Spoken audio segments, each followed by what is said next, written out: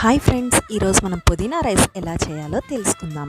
Kids lunch బాక్స్లోకి ఇంకా ఇంట్లో వెజిటేబుల్స్ ఏమీ లేనప్పుడు హరీ అవ్వకుండా ఈజీగా చేసుకోవడానికి ఇది చాలా ఉపయోగపడుతుంది.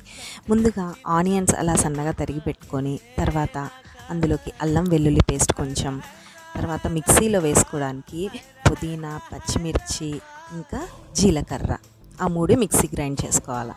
తర్వాత ప్యాన్లో ఆయిల్ పెట్టుకొని పోపు దినుసులు మసాలా దినుసులు వేసుకోవాలి. తర్వాత కొంచెం ఆనియన్స్ తరిగి పెట్టుకున్నాం కదా, అవి బాగా మగ్గనివ్వాలి. అలా మగ్గడానికి సాల్ట్ వేస్తే బాగా మెత్తగా అవుతాయి ఫాస్ట్గా.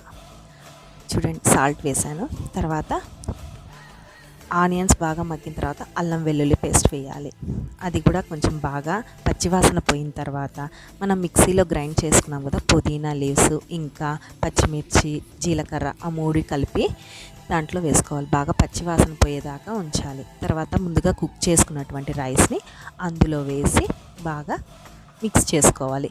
అంతే, ఎంతో ఈజీగా అయిపోయేటువంటి పుదీనా రైస్. ఇందులో మనం మళ్ళీ క్యాషు ఉంటుంది కదా, పక్కన కొంచెం క్యాషు నెయ్యిలో వేయించి దాంట్లో వేసుకుంటే సూపర్గా ఉంటుంది టేస్ట్ కూడా.